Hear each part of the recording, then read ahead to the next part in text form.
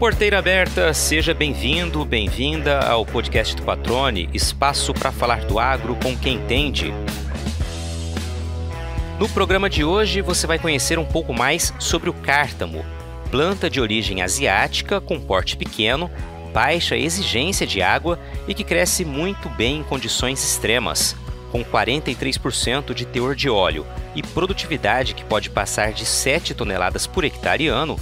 A oleaginosa tem despertado a atenção de pesquisadores como uma alternativa promissora para o cultivo economicamente viável no semiárido brasileiro, despontando também como uma opção interessante para a segunda safra no Cerrado, especialmente em épocas de menor oferta de chuvas. Ficou curioso? Então segue com a gente que o bate-papo já vai começar. Uma bióloga com os pés na agronomia. É assim que a Juliana Espada resume a maneira como encara a profissão que escolheu. Paulistana de nascimento, ela afirma: tem o coração nordestino, uma paixão que é fruto da história que tem escrito no Rio Grande do Norte, onde mora desde o final de 2005. Professora titular da Universidade Federal no Estado, há 13 anos ela tem se dedicado a encontrar caminhos para melhorar a realidade da agricultura naquela região, principalmente a da agricultura familiar. Para superar os desafios do cultivo em áreas com clima quente e seco, buscou conhecimentos em Israel, país referência em tecnologia agrícola e otimização do uso de água. Com base no que viu e o que aprendeu, aumentou as apostas no plantio do cártamo e fala com entusiasmo dos resultados já alcançados e dos que ainda estão por vir.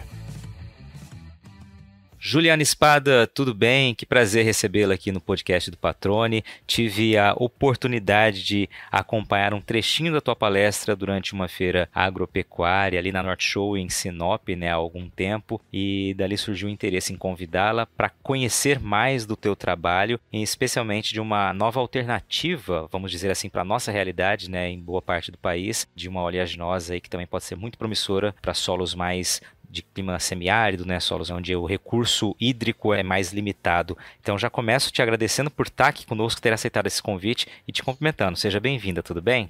Muito obrigada, Patrone, tudo bem? É um prazer estar aqui conversando com você. Eu que te agradeço pelo convite e muito obrigada pela oportunidade, de falar um pouquinho mais sobre o meu trabalho aí com o cártamo e algumas oleaginosas disponíveis para ambientes semiáridos. Legal, vamos começar falando um pouquinho das tuas origens, uma tradição aqui no podcast, você disse que já ouviu alguns episódios, agradeço pela audiência. Fala um pouquinho da Juliana, como a Juliana entra no ramo da agricultura e vai trabalhar com essa área que você está hoje. Bom, Patrone, eu sou bióloga, sou formada na USP de São Paulo, fiz todo o meu mestrado, meu doutorado na área de botânica aplicada à economia. E sou professora titular da Universidade Federal do Rio Grande do Norte há 16 anos, na UFRN, aqui no campus de Natal, no Nordeste do Brasil. E tenho trabalhado, na verdade, com oleaginosas promissoras para regiões semiáridas aqui do Nordeste já há 13 anos. Dentro desses projetos, eu tenho trabalhado com o cártamo, que é uma oleaginosa muito promissora, muito tolerante às condições edafoclimáticas aí do semiárido. Então, é uma das grandes apostas que a gente tem feito para fomento da agricultura nas regiões semiáridas e regiões, na verdade, improdutivas, de todo o país, não só o semiárido.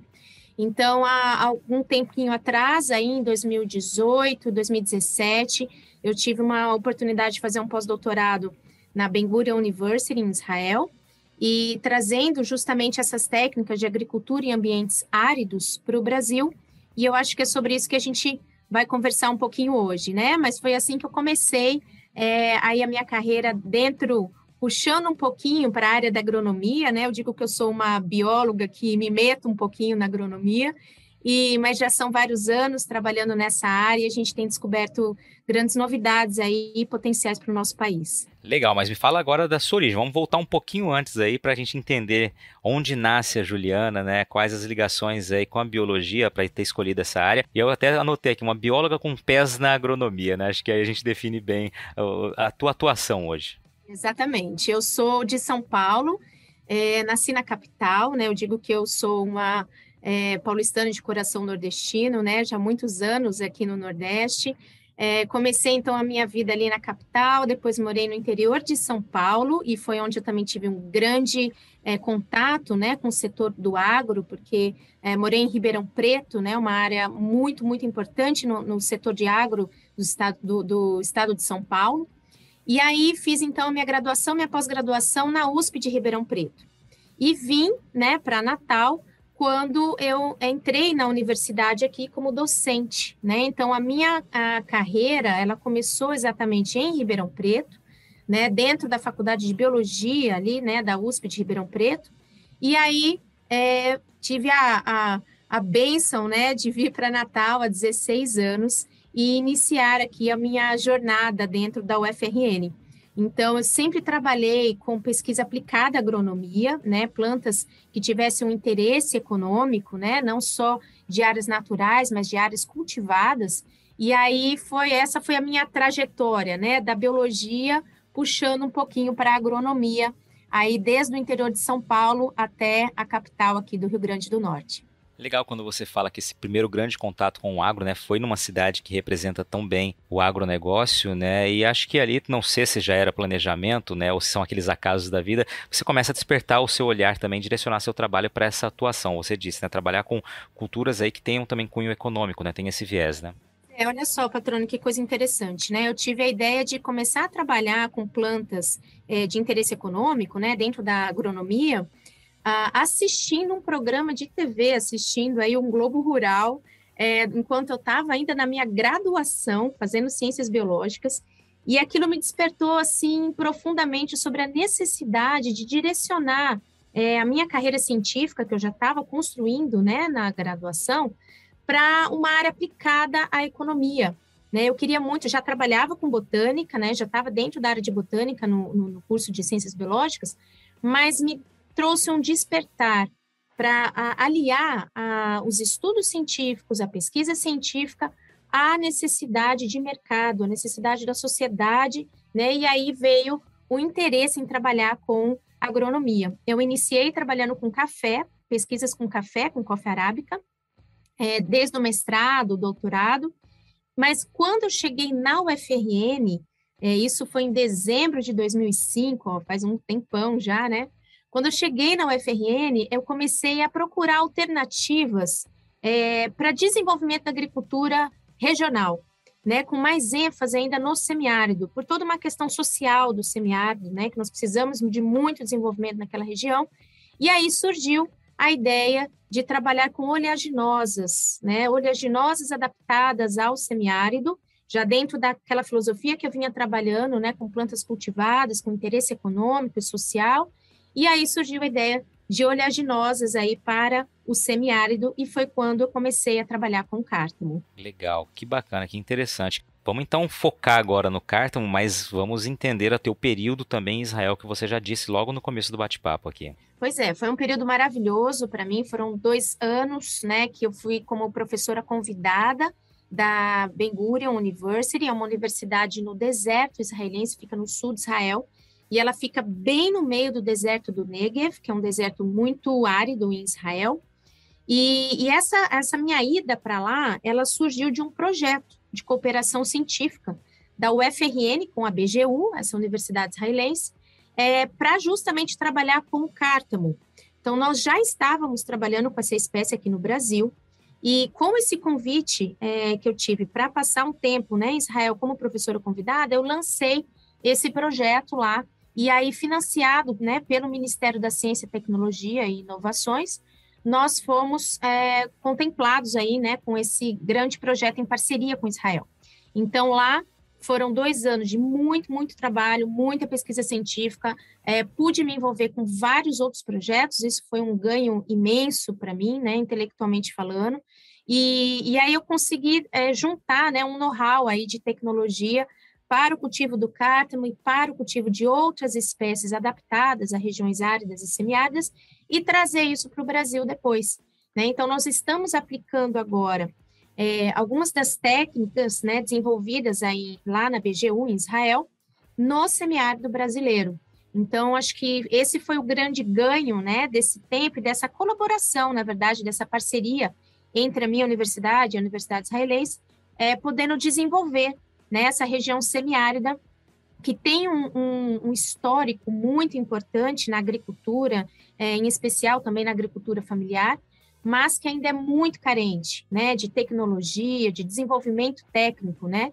Então, acho que essa foi o grande presente aí que eu tive na minha carreira acadêmica, poder fazer esse intercâmbio, né, entre Israel e o Brasil, visando o desenvolvimento dessas regiões semiáridas. Queria que você trouxesse como um panorama, né, para quem não conheça das tecnologias de Israel e do porquê que desperta tamanha atenção Israel. Eu queria que você falasse um pouquinho do que é a realidade, né, da agricultura num país como Israel, que desponta em tecnologia e é referência, né, nessa área.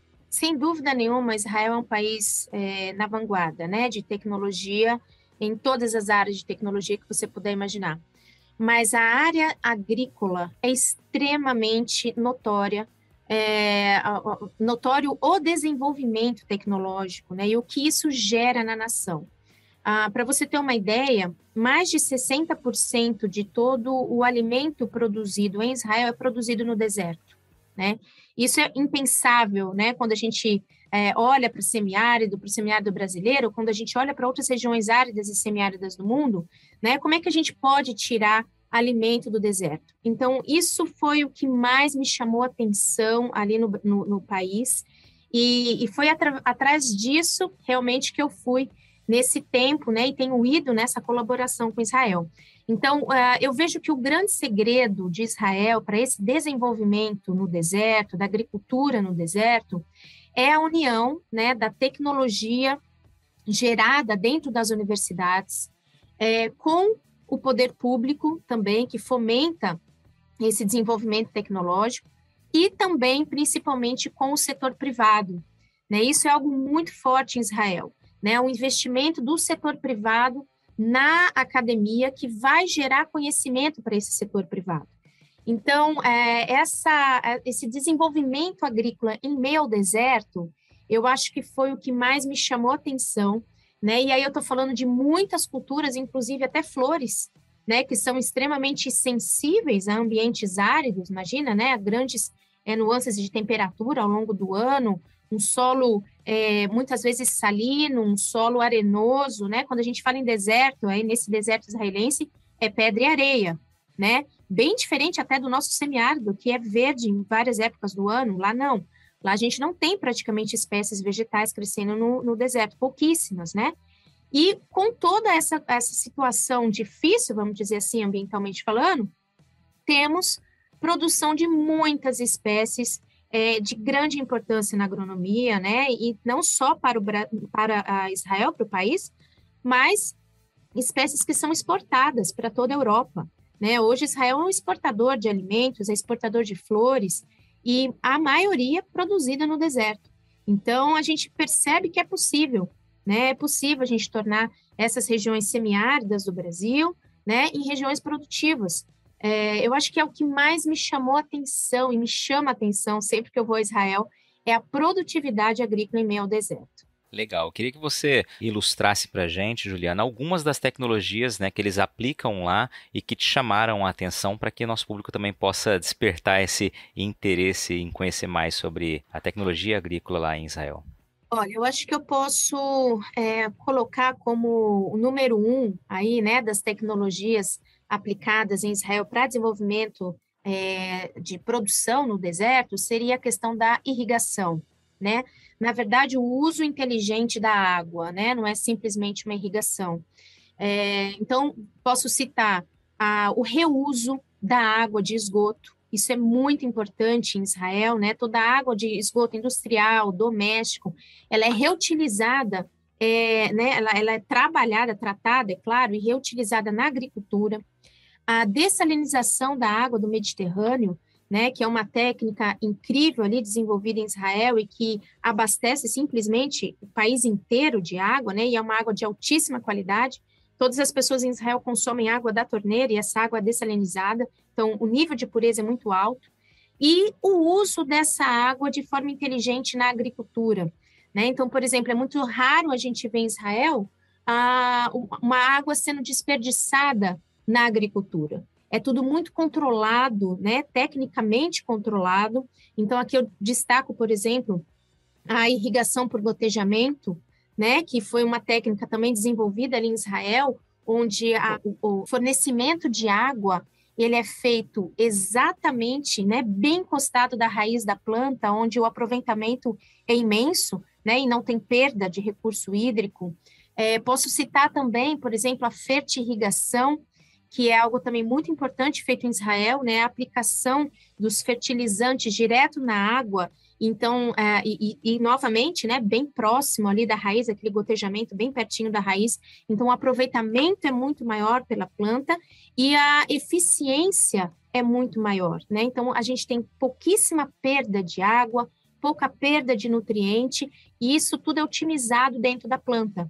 Então, são estratégias, né, que Israel desenvolveu, e aí eu citei a irrigação, porque, ao meu ver, é o mais importante ali no país, é o que deu, de fato, um salto, né, em Israel, comparado com todo mundo no setor agrícola, porque realmente inclusive, uma tecnologia que eles exportam para o mundo inteiro, né? O Brasil tem muita tecnologia já de irrigação vinda de Israel e todos os países do mundo. Então, se eu puder destacar uma tecnologia muito prática no setor agrícola israelense, é a irrigação. Que legal. E aí, Juliana, dessas tecnologias que você ilustrou aqui, exemplificou, quais você soube que poderiam ser aplicadas no projeto que você busca desenvolver?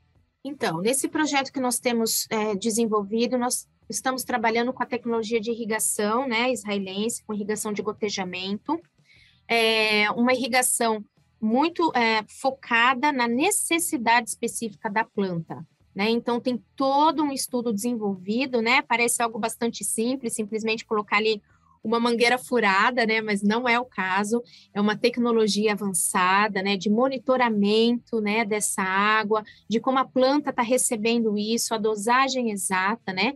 Então, se eu puder elencar uma mais importante que a gente tem aplicado, é a irrigação por gotejamento. Você já visitou uma sementeira de soja? Tem curiosidade em saber como é uma unidade de produção e todas as etapas do beneficiamento das sementes? Então olha só que legal essa novidade que reforça como a tecnologia e a inovação caminham juntas com o desenvolvimento do agronegócio. Uma empresa de produção de sementes sediada em Mato Grosso acaba de lançar uma plataforma de visita virtual que vai te levar para dentro da sementeira sem que você precise sair de casa. É a AgroSol 360. Com ela, você pode fazer um tour completo pelas instalações da empresa, como unidade de beneficiamento, laboratório, canteiros de emergência, estações de tratamento de sementes e armazéns. Olha, eu fiz essa visita virtual e sou testemunha de que a experiência vale muito a pena, viu? E olha que legal, além da visita pela unidade de produção, a AgroSol 360 também te leva virtualmente para um dia de campo exclusivo, onde você pode caminhar por área demonstrativa, visualizar em campo todas as cultivares de soja que fazem parte do portfólio da AgroSol e também interagir com o conteúdo. Para fazer o tour virtual, é só acessar o site www.agrosol360.com.br e dar início à sua visita. AgroSol Sementes, germinando o futuro. Maravilha. E aí eu queria agora que a gente fizesse esse link justamente para o cártamo, né? Eu queria que você apresentasse o cártamo para a gente e me respondesse uma pergunta que eu não lhe fiz, que foi justamente por que você despertou interesse pelo cártamo, né? Quando você começou ali já a focar nas culturas aí que poderiam ser utilizadas no semiárido. Nós já trabalhamos com várias culturas, né? Em especial culturas oleaginosas, que é um foco nosso, porque trabalhamos com plantas para produção de biodiesel, bioquerosene, biocombustíveis, em geral, à base de óleo vegetal. Mas por que o cártamo, né? De onde veio essa planta e por que nós temos estudado já há 13 anos essa espécie? O cártamo é uma planta asiática, né? Que é usada já em vários países do mundo, como até uma oleaginosa comestível, né? Existem alguns óleos comerciais à base de cártamo, também para a indústria fitness, porque tem uma composição muito importante, nutricionalmente, né, falando. Mas eu estava já há alguns anos, né, 12, 13 anos atrás, procurando uma planta que fosse rentável e que fosse tolerante às condições do semiárido. E aí, dentro dessas pesquisas, né, dessas possibilidades de espécies para o semiárido, nós encontramos o cártamo e vimos nele as propriedades perfeitas para cultivo em semiárido. O cártamo ele é uma planta pequena, né, de pequeno porte, uma planta da família aí do girassol, mas que cresce muito bem em condições extremas, né? Então, ou muito frio ou muito quente, na temperatura ambiental, né? E é pouquíssimo exigente em água, nutrientes e bastante resistente contra pragas. Então, era justamente aquilo que a gente precisava para a introdução no semiárido, porque o semiárido é um ambiente bastante hostil, né? Nós temos muito calor ao longo do ano todo, nós temos pouquíssima chuva, né? Temos aí de 400 a 800 milímetros ao ano. Essas chuvas são esparsas, né? Então, não temos ali uma constância e também um bom volume de chuvas. E temos muitos solos salinos também, algumas áreas com água salobra. Então, temos várias, né? Um conjunto de características que são inóspitas a muitas culturas. Então, a nossa intenção era encontrar uma espécie vegetal que se adaptasse a isso tudo. E aí surgiu, diante dos estudos que temos feito aí na literatura, surgiu a possibilidade do cártamo. Com o cártamo, nós já fizemos, Patrone, muitos estudos em laboratório, em campo, né? Então, surgiu a ideia da planta, começamos a trabalhar com ela no laboratório, vendo como ela se comportava no laboratório, né? Germinação, produção, etc. E aí, extrapolamos, né, nesse projeto, financiado pelo MCTI há 13 anos, sem interrupção, colocamos essa planta em campo, né, que era o que faltava para a gente constatar o potencial da espécie. E aí, quando levamos para o campo, para o semiárido, né, para a região ali de Apodi, e aí eu faço um agradecimento a toda a equipe do IFRN, né, do Instituto Federal do Rio Grande do Norte, do campus de Apodi, que é um pessoal muito parceiro nosso dentro do projeto. Nós tivemos uma surpresa maravilhosa, né? O cártamo ele se mostrou com desenvolvimento extremamente acelerado no semiárido, com alta produtividade. Para você ter uma ideia do que eu estou falando, a soja ela produz em torno de 3,2, 3,3 toneladas de grãos por hectare ao ano, né? O cártamo nós conseguimos produzir em torno de quase 7 toneladas por hectare ao ano. Isso no semiárido, que é dita como uma região altamente improdutiva, né, onde tem solos baráteis, uma condição difícil, né, de crescimento para muitas culturas. E outro dado muito importante é que a soja, nos melhores híbridos, né, de soja, nós temos aí em torno de 18% de óleo, né, na semente. E o cártamo nós conseguimos já até 43% de óleo. Então, olha só, né, o potencial dessa cultura.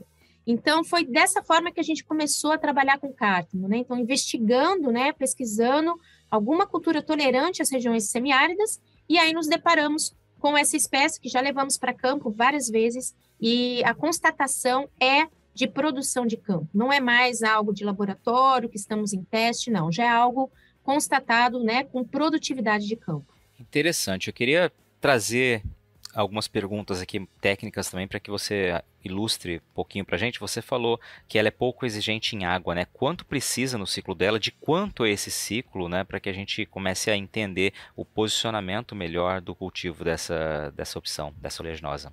Então, o cártamo, nessas regiões mais quentes do planeta, né, nas regiões mais áridas e semiáridas, o cártamo ele acelera o ciclo de desenvolvimento dele.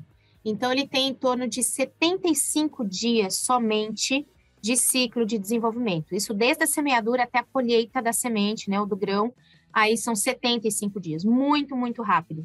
Em outras regiões do mundo, na verdade, em regiões mais frias, ele demora um pouco mais, demora em torno de 4 meses e meio para completar o seu ciclo, né? Então, a quantidade de água que a gente precisa para a cultura vai, na verdade, depender do ambiente onde ela está sendo implantada, né? O fato é que o cártamo ele precisa de mais água no início do desenvolvimento, né? Então, a gente depois, ao longo desses anos, a gente chegou à medida exata, né, de água e ao passo exato de começar e encerrar, suspender a rega. Então, tem todo um método, né, que a gente trabalha com o cártamo, mas não é uma cultura irrigada do início ao fim. Ela é irrigada principalmente no início do desenvolvimento. E aí, você disse que vai variar essa necessidade hídrica e o ciclo de acordo com a condição meteorológica, climática daquela região em que ela está inserida. Para o caso do semiárido, do área onde vocês estão trabalhando, quanto? Eu queria chegar a um número para a gente ter uma ideia. Quantidade de água usada na cultura? Olha, eu posso te falar da lâmina d'água que a gente usa, né? A gente usa uma lâmina d'água que tem a frequência de 1,6 litro hora, tá? Só que não é uma irrigação contínua, claro, né? Uma irrigação mínima. Tipo, às vezes, dependendo da condição climática que a gente tem no momento da irrigação, pode ser 20 minutos, pode ser 15 minutos, depois a gente suspende, né? E nós intercalamos também os dias, não é uma irrigação diária, tá? Então, a gente avalia a condição, né, ambiental daquela semana da semeadura e faz o planejamento adequado, né, com a tecnologia e o monitoramento técnico adequado para a irrigação. Você disse aí que vocês têm um ciclo em torno de 75 dias nas condições que vocês estão trabalhando, né, nas regiões mais quentes do planeta. Eu não sei se realmente vai ser esse é o período aí ou se é um pouco mais, pelo que você mencionou. Você disse que é preciso focar a necessidade hídrica justamente nessa fase inicial, né? A gente está falando de quanto tempo aí, o que é uma fase inicial dentro do desenvolvimento de 70, 75 dias, que é muito rápido? Isso também depende, Patrone, de como a planta está se desenvolvendo na condição climática também onde ela está inserida.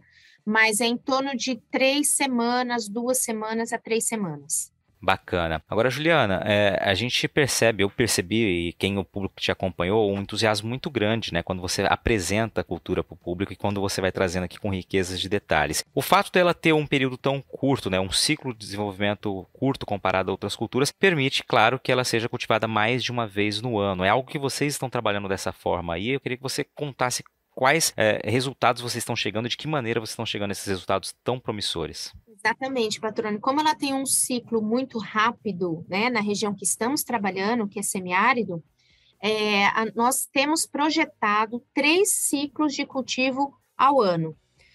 Por que não mais do que isso? Porque fugimos do calendário das chuvas no semiárido.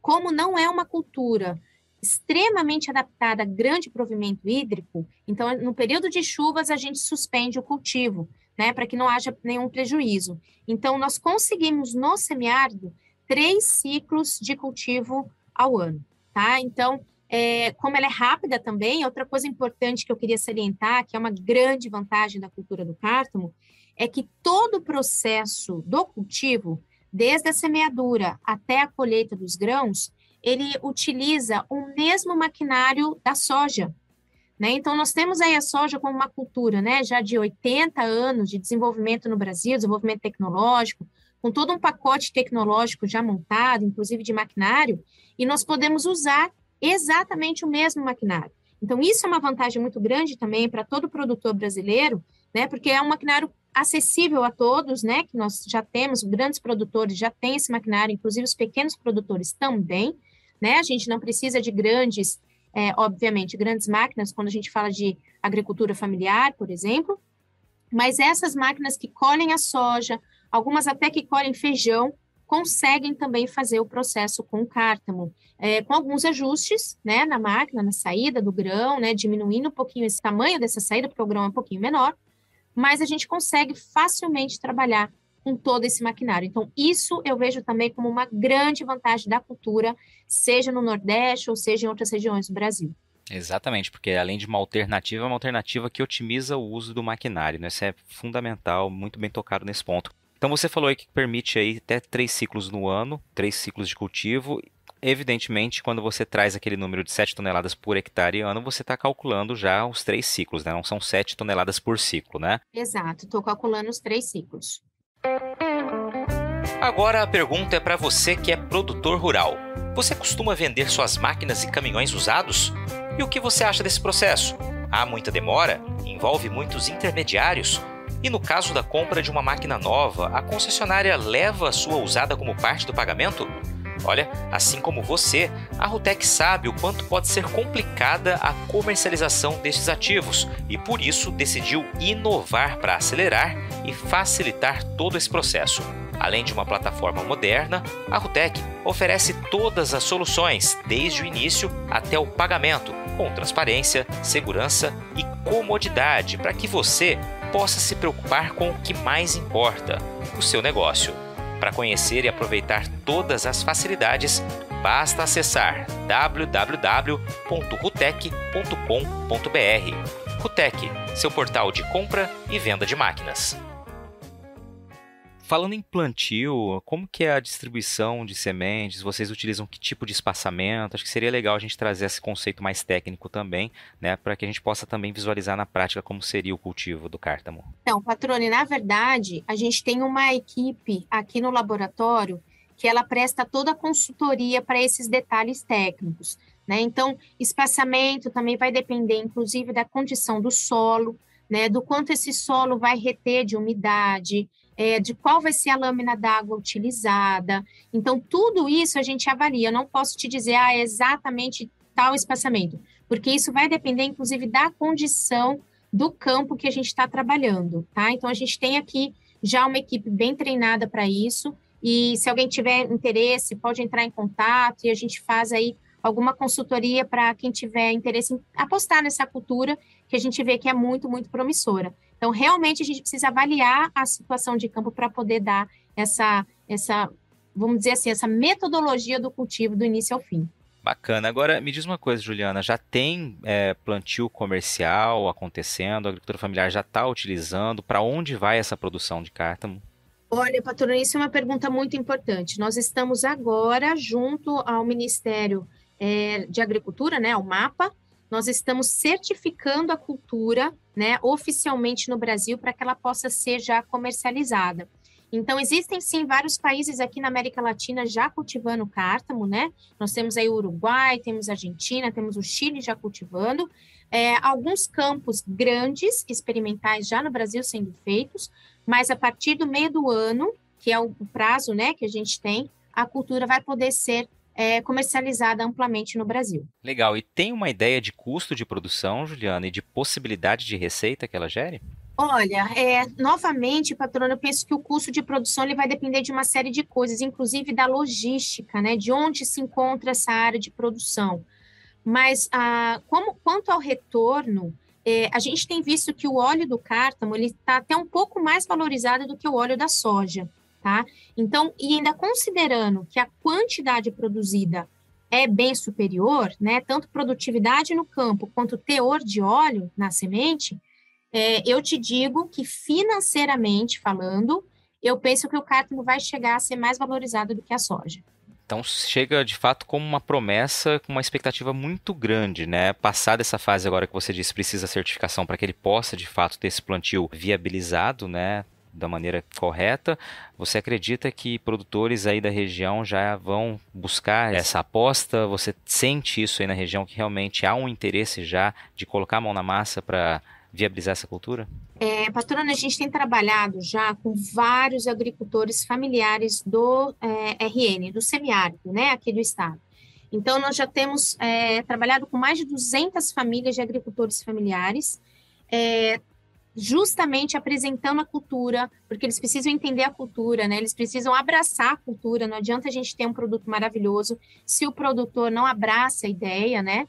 Então, nós temos trabalhado, sim, com essa conscientização aí dos agricultores familiares regionais e na certeza de que eles estão aguardando aí essa validação da comercialização da semente. Inclusive, nós já temos até mercado para sementes que serão produzidas na agricultura familiar, que é um mercado do setor de biodiesel, que já sinalizou que está só aguardando essa produção iniciar e que eles vão comprar toda essa produção. O que é o mais importante quando a gente fala em agricultura familiar, em especial para o semiárido, né? É uma população, patrone, que eles não podem arriscar, né? Porque simplesmente eles têm tudo a perder. Então, é uma população que elas precisam de segurança de mercado. Então, o que nós estamos aguardando é essa certificação da cultura agora no Brasil, para que essa agricultura familiar possa lançar mão dessa cultura e possa vender para o setor de biocombustíveis. Mas a gente está bastante otimista, bastante esperançoso de que ainda esse ano a gente inicie essa produção. Muito bom, e é assim que tem que ser, né, Juliana? Você viabiliza tecnicamente, encontra os caminhos para superar desafios eventuais de qualquer nova cultura, qualquer nova alternativa, mas é preciso que a cadeia esteja amarrada para que, de fato, o público que vai cultivá-la, né? Você exemplificou a agricultura familiar que não pode errar, né? Não se permite errar, porque, né, por todos os motivos, é preciso ter tudo muito bem amarradinho para que as coisas fluam na medida do esperado, né? É muito importante também tocar nesse ponto. Exatamente, é uma questão de segurança, né? De segurança econômica e de segurança social muito séria, né? Então, nós temos que ter muita responsabilidade, né? Em introduzir uma cultura nova, em especial para essa população bastante carente, né? E nós temos que ter realmente a segurança da comercialização. Então, é em cima disso que nós temos trabalhado agora e com bastante expectativa, né? Para esse ano, para que essa cultura venha para o mercado. Muito bom. Você, na sua apresentação, falou muito que ela surge como uma alternativa também para outras regiões, não apenas aí focada no semiárido, na região do Nordeste, né? Você diz especificamente de quem para quem? Olha, eu aposto muito no cártamo como uma alternativa para a safrinha, por exemplo, né? Nas regiões aí do Mato Grosso do Sul, no Sudeste do Brasil também. Então, eu aposto realmente como uma cultura que seja rentável na safrinha, né? A gente tem aí várias outras culturas nessas regiões, né, sendo trabalhadas, mas eu vejo com a facilidade, né, como a gente já comentou aqui, sobre usar o mesmo maquinário, sobre a mesma tecnologia, né, de colheita, de semeadura, né, de processamento desse grão que a gente já tem desenvolvido para a soja. Eu penso que colocar o cártamo como safrinha para esses grandes produtores também é uma vantagem, né? Eu acho que seria uma cultura mais fácil de ser trabalhada por esses produtores. E também considerando, né, que não é aí uma cultura tão demorada em campo, então eu acho que para eles também seria uma grande vantagem na safrinha. Pensando, por exemplo, em Mato Grosso, onde as condições são diferentes, né, mesmo aí com o Rio Grande do Norte, a gente poderia ter outros ciclos ou desempenhos evidentemente diferentes do que vocês identificam aí, né? Nós temos alguns trabalhos em parceria com alguns pesquisadores do Mato Grosso e do Mato Grosso do Sul, e justamente com o cultivo do cártamo, né? E com certeza a gente percebe um ciclo mais prolongado, né? Em torno aí de mais ou menos 3 meses a 4 meses, né? No ciclo desde a semeadura à colheita, mas a gente não vê nenhuma perda de produtividade, nem em grãos, né? Por unidade diária, e nem em teor de óleo, que também é algo importante a ser considerado. Parceria aqui em Mato Grosso, se não me engano, com o IMA, né? O Instituto Mato Grossense do Algodão tem um trabalho com vocês, né? Exatamente. Eu queria também agradecer o IMA, que é um grande parceiro nosso. Na verdade, esse trabalho começou aí com o provimento de sementes vindas do IMA. Então, realmente eu faço um super agradecimento. Eles são muito parceiros do projeto.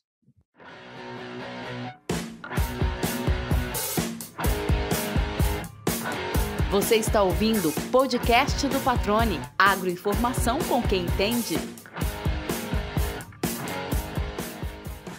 Maravilha, Juliana. Partindo para o fim aqui, acho que ficou claro, né, que o grande objetivo é uma grande aposta, uma grande possibilidade, né, tá tecnicamente viabilizada, faltam alguns pontos que você bem destacou aqui, e o foco, o mercado realmente seria para biodiesel inicialmente, né, para esse é o foco. No Brasil, eu digo que o foco seria agora para biodiesel e bioquerosene, por quê? Porque é um mercado consumidor certo, né? Então, nós precisamos inicialmente de uma segurança de mercado. Como há essa demanda muito forte de produção de óleos no Brasil para biocombustíveis, eu digo que é um mercado já certo para essa produção que virá. Mas nós temos também outros setores muito importantes, né, que abraçam aí o óleo do cártamo, que é a indústria comestível, né? O óleo do cártamo, ele pode ser substituído pelo óleo de soja também para cozinha. Inclusive já é usado em alguns países, como os Estados Unidos, já tem óleo de cártamo, né, para venda no supermercado. E também é um óleo muito nobre para a indústria fitness. A gente tem aí no mercado, inclusive aqui no Brasil também sendo vendido, o óleo de cártamo encapsulado, né, para aprimoramento nutricional. Então, é um óleo bastante rico em propriedades nutricionais e também tem esse mercado aí que a gente tem que considerar.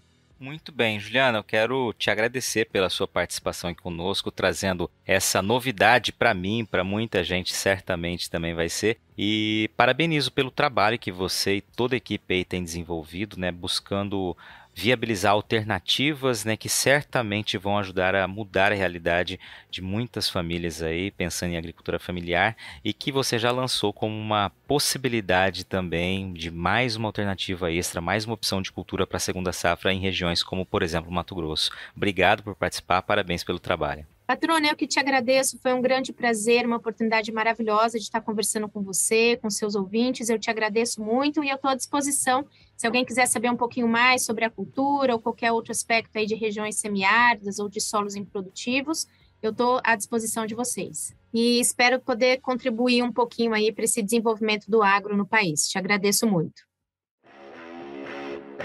E aí, gostou do bate-papo? Então dá aquela força e compartilha essa entrevista com os seus contatos. E olha, aproveita para mandar aquele feedback dizendo o que você está achando do podcast do Patrone. Pode criticar, elogiar, sugerir temas e pessoas para dividir boas histórias aqui nos próximos episódios. É só enviar uma mensagem lá no Instagram para @LuizPatrone que a gente troca uma ideia, viu? Então, gente, sucesso da porteira para dentro, força e fé da porteira para fora e vamos que vamos! Você ouviu o podcast do Patrone, agroinformação com quem entende.